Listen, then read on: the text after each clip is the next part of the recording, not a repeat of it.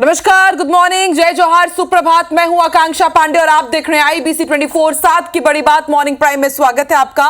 देश और दुनिया में क्या है खास, मध्य प्रदेश छत्तीसगढ़ से जुड़ा हुआ हर एक अपडेट आप तक पहुंचाएंगे और बताएंगे कैसे ऑपरेशन सिंदूर के बाद अब पूरे पाकिस्तान में खौफ का माहौल है, खलबली मची हुई है। सबसे पहले देखते हैं सुर्खियां। ऑपरेशन सिंदूर के बाद खौफ के साए में जीने को मजबूर पाकिस्तान। फिर हमले के डर से कैंट इलाकों में ब्लैकआउट। देर रात अचानक सेना मुख्यालय पहुंचा पाक आर्मी चीफ। सीमा पार से भारी गोलीबारी जारी।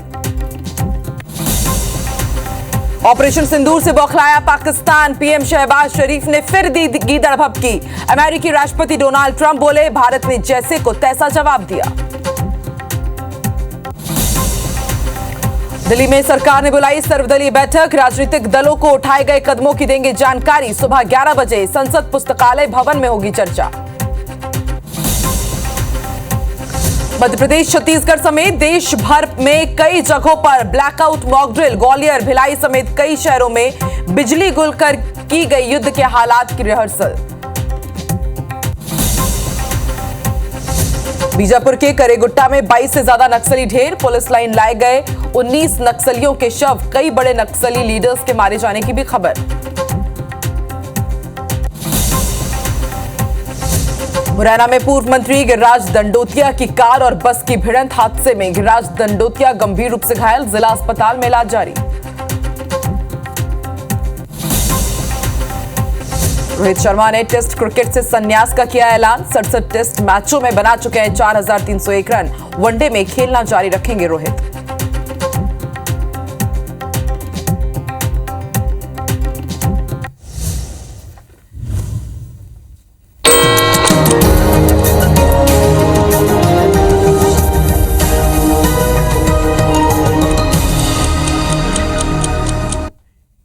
और हेडलाइंस के बाद आइए अब नजर डालते हैं सुबह 7 बजे की 7 दूसरी बड़ी खबरों पर। तो पाकिस्तानी सेना के काफिले पर एक बार फिर से बीए किया है। 12 पाकिस्तानी सैनिक ढेर कर दिए गए हैं। इधर ईरान के विदेश मंत्री आज 2 दिवसीय दौरे पर भारत आएंगे। इससे पहले वो पाकिस्तान पहुंचे थे। इधर चीन के राष्ट्रपति शी जिनपिंग का रूस दौरा है। विक्ट्री डे में वो शामिल होने के लिए पहुंचेंगे। दिल्ली के मंत्री कपिल मिश्रा को राहत मिली है। FIR पर रोक फिलहाल बढ़ा दी गई है। इधर देश के 19 राज्यों में आंधी और बारिश का आसार जताया जा रहा है। और IPL की यदि बात की जाए तो IPL में CSK ने KKR को 2 विकेट से हरा दिया है। और IPL में आज किंग्स 11 पंजाब का मुकाबला दिल्ली से होने वाला है। चलिए तमाम खबरों का आपको अपडेट देंगे। सबसे पहले बात कर लेते हैं पहलगाम आतंकी हमले के बदले की। तो बलूचिस्तान में फिर से एक तरफ आप देखिए पाकिस्तानी सेना की हवा टाइट कर रखी है। बलूचिस्तान में फिर पाकिस्तानी सेना पर हमला हुआ है और माना जा रहा है कि कई पाकिस्तानी सैनिकों की इसमें मौत हुई है। 12 से ज्यादा पाकिस्तानी सैनिक मारे गए हैं। पाकिस्तानी सेना को निशाना बनाया गया है। तो एक तरफ इंडिया ने पाकिस्तानी आतंकियों की हवा टाइट कर रखी है, तो दूसरी तरफ आप देखिए किस तरह से बलूच लिबरेशन आर्मी लगातार अपनी आजाद देश की मांग को लेकर के जंग लड़ रहा है। तस्वीरें आप देखिए किस तरह से पाकिस्तानी सैनिकों के काफिले को यहां पर निशाना बनाया गया है। बकायदा हमने हाईलाइट किया हुआ है। आप देखिए यहां से गाड़ी आगे बढ़ रही होती है, तभी एक जोरदार ब्लास्ट होता है और 12 पाकिस्तानी सैनिक जो इस वाहन में सवार थे उनकी मौके पर ही मौत हो गई। लगातार बलूचिस्तान आजाद देश की मांग कर रहा है। कई गंभीर आरोप पाकिस्तान के ऊपर कि कई फ्रीडम फाइटर्स, उनके नागरिकों को, स्वतंत्रता संग्राम सेनानियों को और इसी तरह कई लोगों को बंधक बना करके रखा गया है पाकिस्तान में। और लगातार ये मांग कर रहे हैं कि बिना किसी शर्त के उनकी रिहाई की जाए। और 12 पाकिस्तानी सैनिकों की मौत हुई है इस ब्लास्ट में।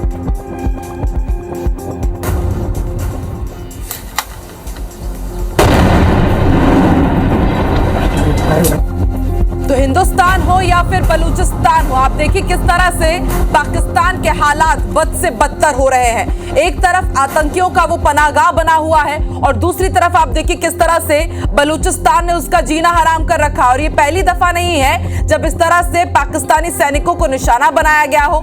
इससे पहले भी इसी तरह काफिले को ब्लास्ट कर उड़ा दिया गया था, तब भी 10 से ज्यादा पाकिस्तानी सैनिक मारे गए थे। इससे पहले जफर एक्सप्रेस को हाईजैक किया गया था, तब भी बलूचिस्तान की तरफ से ये दावा किया गया था कि 40 से ज्यादा पाकिस्तानी सैनिकों को उन्होंने मार गिराया। हालांकि पाकिस्तानी सैनिकों की तरफ से अलग गलत दावा किया गया था। और अब आप देखिए किस तरह से एक बार फिर से पाकिस्तानी सेना को निशाना बनाया गया।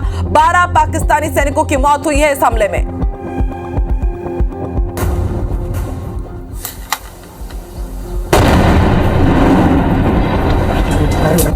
और इससे पहले भी निर्माण कार्य में जो कुछ ट्रक लगे थे उन्हें बलूच आर्मी ने आग के हवाले कर दिया था। 4 मजदूरों को किडनैप किया गया था।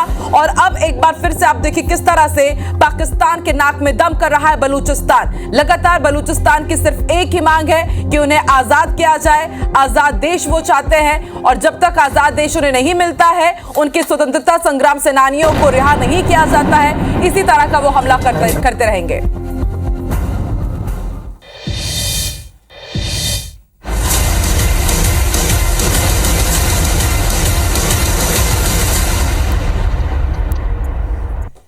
तो 7 मई वो तारीख जब ऑपरेशन सिंदूर के तहत पाकिस्तान में आतंकियों के ठिकानों को चकनाचूर कर दिया गया और पाकिस्तान पर हमला हुआ है।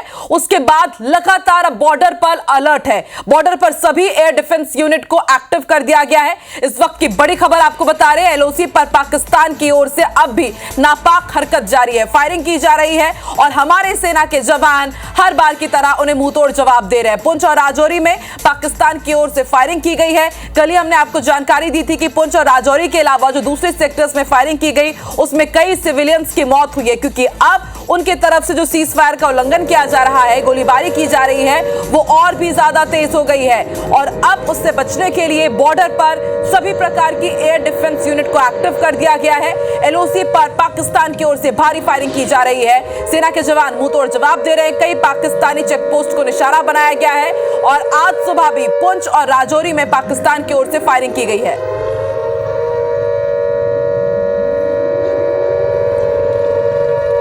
तो आप देखिए किस तरह से ऑपरेशन सिंदूर के बाद जो बौखलाहट है पाकिस्तान की, पाकिस्तानी सैनिकों की, पाकिस्तान हुक्मरानों की, वो और भी बढ़ती जा रही है। पूरे पाकिस्तान में खलबली मची हुई है। कल जैसे ही भारत ने मिसाइल स्ट्राइक की है, उसके बाद से एलओसी पर और तेज हलचल हो गई है। एलओसी पर पाकिस्तान की ओर से भारी फायरिंग की गई।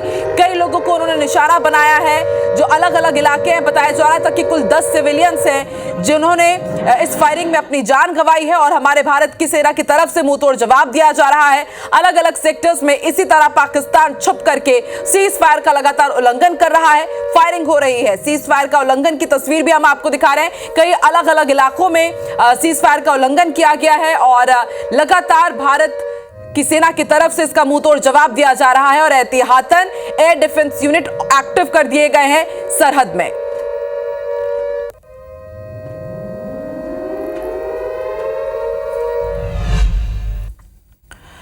और जैसा कि हमने बताया कि भारत के हमले के बाद से पाकिस्तान में अब खलबली मची हुई है। वो डरे हुए हैं। पाकिस्तानी सेना ने कैंट इलाके में ब्लैकआउट कर दिया है। पाकिस्तान के रावलपिंडी में अलर्ट जारी है और रावलपिंडी में ये आदेश दिए गए हैं कि जब तक अगला आदेश ना मिले ब्लैकआउट ही रखा जाए, क्योंकि रावलपिंडी में ही पाकिस्तानी सेना का मुख्यालय हेडक्वार्टर है। और ऐसे में ऑपरेशन सिंदूर के बाद से पाकिस्तानी सेना खौफ में है। पाकिस्तानी आर्मी चीफ देर रात अचानक सेना मुख्यालय पहुंचता है, वहां पर बैठक करता है और इस्लामाबाद में लोगों को यह भी कहा गया है कि आप अपने घरों में ही रहिए, तभी आप सुरक्षित रहेंगे। घर के अंदर लाइटें बंद रखने के लिए भी अपील की गई है।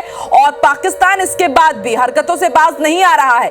एक तरफ लगातार आप देखिए किस तरह से डर के साए में जीने को मजबूर है, लेकिन उसके बाद भी एलओसी पर फायरिंग जारी है। कुपवाड़ा में सीमा पार से पाकिस्तान ने गोलीबारी की है। पुंछ और राजौरी इलाके में भारी गोलीबारी की खबर मिल रही है। तो ये रावलपिंडी की तस्वीर आप देखिए, जहां तक आपकी नजर जाएगी सिर्फ यहां पर आपको अंधेरा ही अंधेरा नजर आएगा। और देखिए यदि आप आतंकियों को पालेंगे, उनके पनाहगाह बन जाएंगे, तो इसी तरह आपको अंधेरे के साए में जीने के लिए मजबूर होना पड़ेगा, क्योंकि आप देखिए भारत से टक्कर तो नहीं ले सकते हैं। रावलपिंडी की तस्वीर आप देखिए, ये वो इलाका है जहां पर सेना का मुख्यालय है, आर्मी हेडक्वार्टर है। और देर रात बताया जा रहा है कि एक मीटिंग भी की गई है पाक आर्मी चीफ की तरफ से। पाक आर्मी चीफ वही जो लगातार गीदड़ भपकी देता है, जगलर बना हुआ है, तरह तरह के बयान दे रहा था। 16 अप्रैल को उसका बयान वायरल हुआ।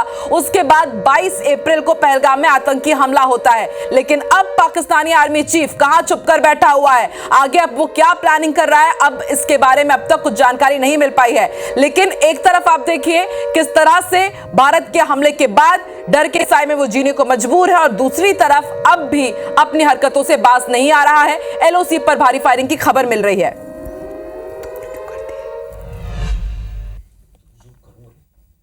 इधर अमेरिकी राष्ट्रपति डोनाल्ड ट्रंप ने ऑपरेशन सिंदूर पर प्रतिक्रिया दी है। ट्रंप ने कहा है कि ये बहुत भयानक है, वो दोनों देशों को बहुत अच्छी तरह से जानते हैं।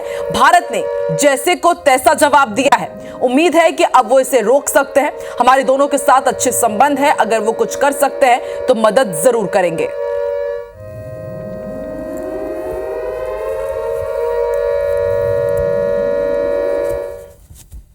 I get along with both. I know both very well, and I want to see them work it out. I want to see them stop. And hopefully they can stop now. They've gone tit for tat, so hopefully they can stop now. But I know both. We get along with both countries very well, good relationships with both, and I want to see it stop. And if I can do anything to help, I will be there.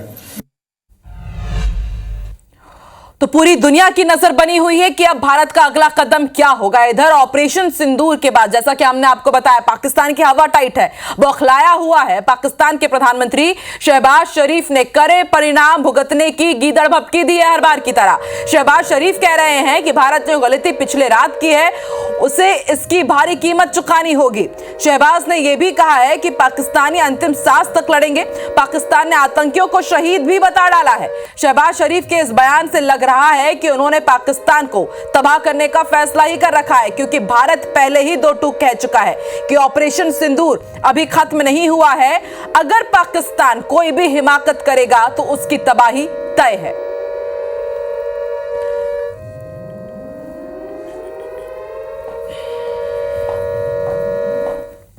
Bharat ने जारियत करके जो फाश गलती की, उसका खमियाजा अब उसे ज़रूर भुगतना होगा। वो समझ बैठे थे कि हम पीछे हट जाएंगे, लेकिन वो ये बात भूल गए कि ये अल्लाह ताला के फजल करम से बहादुरों की कौम है, और हिफाजत के लिए खून के आखिरी कतरे तक लड़ने के लिए तैयार।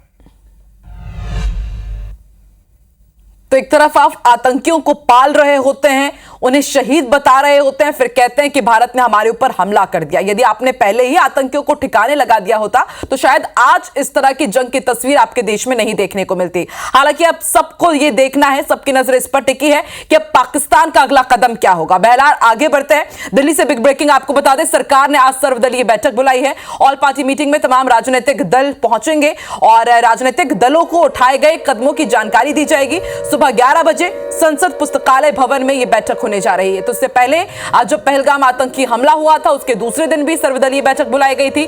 सरकार क्या कदम उठाने जा रही है, इसकी जानकारी तब तमाम राजनीतिक दलों को दी गई थी और आज भी सर्वदलीय बैठक बुलाई गई है। आज सुबह 11 बजे संसद पुस्तकालय भवन में यह बड़ी बैठक होने जा रही है।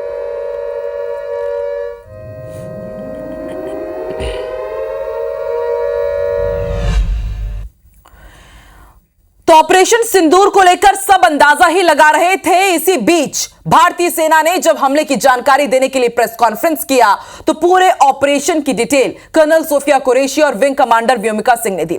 कर्नल सोफिया कुरैशी ने पाकिस्तान के खिलाफ 25 मिनट तक चले ऑपरेशन सिंदूर के बारे में हर महत्वपूर्ण जानकारी दी। रिपोर्ट देखिए।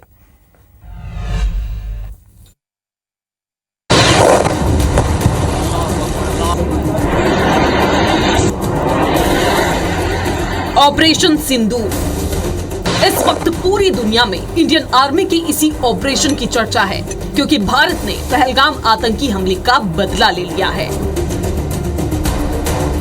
भारतीय सेना ने पाकिस्तान और पाकिस्तान के कब्जे वाले कश्मीर में 9 आतंकी ठिकानों पर एयर स्ट्राइक कर जवाबी और जोरदार कार्रवाई की। इस हमले की पूरी जानकारी कर्नल सोफिया कुरैशी और विंग कमांडर व्योमिका सिंह ने प्रेस कॉन्फ्रेंस कर दुनिया के सामने रखी। ऑपरेशन सिंदूर में टोटल 25 मिनट लगे। भारतीय सेना ने सिर्फ 25 मिनट के समय में 25 भारतीयों और एक नेपाली नागरिक की मौत का बदला ले लिया। कर्नल सोफिया कुरैशी ने बताया कि 7 मई की रात 1:05 में भारतीय वायुसेना ने पाकिस्तान और पीओके में घुसकर ऑपरेशन सिंदूर शुरू किया और ये ऑपरेशन करीब 25 मिनट तक चला। 6 से 7 मई 2025 की रात 1:05 से 1:30 बजे के बीच भारतीय सशस्त्र बलों द्वारा अंजाम दिए गए ऑपरेशन सिंदूर 22 अप्रैल को पहलगाम में हुए विभत्स आतंकवादी हमले के शिकार मासूम नागरिकों व उनके परिवारों को न्याय देने के लिए लॉन्च किया गया था। पहलगाम आतंकवादी हमले की जांच से पाकिस्तान के साथ आतंकवादियों के संपर्क उजागर हुए हैं। आतंकवाद के इस निंदनीय कार्य के अपराधियों, आयोजकों, फाइनेंसरों और प्रायोजकों को जवाबदेह ठहराने और उन्हें न्याय के दायरे में लाने की आवश्यकता पर जोर दिया गया था। ऑपरेशन सिंदूर की क्रोनोलॉजी की बात करें, रात 1:05 से रात 1:30 बजे तक चला ऑपरेशन। सेना ने 25 मिनट में लिया 26 मौत का बदला। पाकिस्तान और पीओके के 9 टारगेट को किया तबाह। आतंकियों के लॉन्च पैड, ट्रेनिंग सेंटर किए गए टारगेट। पुख्ता सूचनाओं पर आतंकियों पर हमला किया गया। लश्कर और जैश के आतंकी ठिकानों पर एक्शन लिया गया। भारतीय सेना ने सिर्फ आतंकी ठिकाने को निशाना बनाया। एयर स्ट्राइक में किसी आम नागरिक की मौत नहीं हुई। इन लक्ष्यों का चयन विश्वसनीय इंटेलिजेंस सूचनाओं के आधार पर हुआ ताकि आतंक गतिविधियों की रीढ़ तोड़ी जा सके और यह खास ध्यान दिया गया कि निर्दोष नागरिकों और सिविलियन इंस्टॉलेशन को नुकसान न पहुंचे। वायुसेना ने आतंकवादियों के 9 ठिकानों को पूरी तरह नष्ट कर दिया है। ये सभी वो ठिकाने थे जहां से भारत के खिलाफ कई आतंकी हमलों की साजिश रची गई थी और भविष्य में हमलों की प्लानिंग होती थी, लेकिन अब उस ठिकानों को नष्ट कर दिया गया है। आतंकियों की कमर तोड़ दी है। तो 25 मिनट, 25 लोकेशन और 26 मौतों का बदला ले लिया है भारत ने। पहलगाम आतंकी हमले को जिस तरह से कायराना तरीके से पाकिस्तान ने अंजाम दिया था, तो उसका बदला तो तय था। कर्नल सोफिया कुरैशी जिन्होंने ऑपरेशन सिंदूर की जानकारी दी, वो मध्य प्रदेश के छतरपुर के नौगांव की ही बेटी है। आज देश की हर जुबां पर कर्नल सोफिया कुरैशी का नाम है। सोफिया ने 1ली से 5वीं तक की पढ़ाई छतरपुर जिले के नौगांव के जीटीसी स्कूल से की। सोफिया की जुड़वा बहन भी है जिनका नाम सानिया है। कर्नल सोफिया कुरैशी, सोफिया के पिता भी भारतीय सेना में मेजर थे। उनके दोनों चाचा भी भारतीय फौज से ही रिटायर्ड हुए हैं। सोफिया नौगांव के स्वर्गीय बबलू सुलेमान और बंटी सुलेमान के मामा की बेटी है। पूरे नौगांव समेत उनके परिवार वालों को इस बात का बहुत गर्व है कि सोफिया ने ऑपरेशन सिंदूर में महत्वपूर्ण भूमिका निभाई है। पूरा कुरैशी परिवार इस बात से बहुत खुश है। तो वो मेरी बड़े बाबू लड़की है सोफिया कुरैशी, लेफ्टिनेंट कर्नल, अभी कर्नल बन चुकी हैं। तो उनने ये लीड कर रही है ये पूरा सिंदूर ऑपरेशन लीड वही कर रही हैं। ये जीटी स्कूल से हुई है 1 से 5 तक नौगांव में। जी नौगांव में हमको फील है पूरे नौगांव शहर को है, पूरी दुनिया को, इंडिया को फील है, प्राउड है। एक लड़की है नौगांव की बेटी इतना काम कर रही है। ये है कि प्राउड है चीज का कि लड़की ने हमारी एक बहुत अच्छा काम किया, ये अपने देश के लिए कुछ किया। यही है कि इसको खत्म करना चाहिए। वो ये दुनिया के अंदर रहने जो कंट्री नहीं है। प्राउड है ना कि वो गई, हमारी पैतृकता में है ये। मेरे फादर भी आर्मी में थे, ग्रैंड फादर आर्मी में थे, मैं आर्मी में था, अब वो आर्मी में गई है, वो पैतृकता में है। दिल्ली में नेशनल हेराल्ड केस में आज सुनवाई होनी है। दिल्ली के राउज एवेन्यू कोर्ट में सुनवाई होगी। सोनिया गांधी, राहुल गांधी को नोटिस जारी हुआ था कोर्ट का। नोटिस जारी होने के बाद उन्हें पेश होने के लिए कहा गया था और आज बेहद महत्वपूर्ण सबकी नजरें टिकी हुई है कि क्या सुनवाई के लिए राहुल गांधी और सोनिया गांधी पहुंचते हैं और उसके बाद आगे क्या कुछ होगा।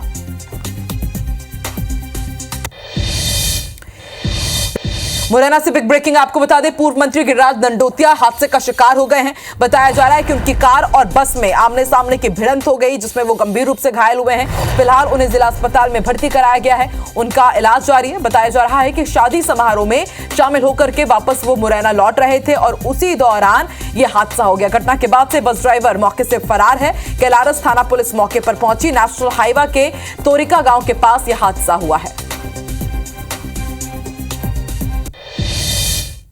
साथ की बड़ी बात में फिलहाल इतना ही। आगे देखिए छत्तीसगढ़ में क्या है खास। हमर बानी हमर गोट श्रवण तंबूली के साथ। नमस्कार।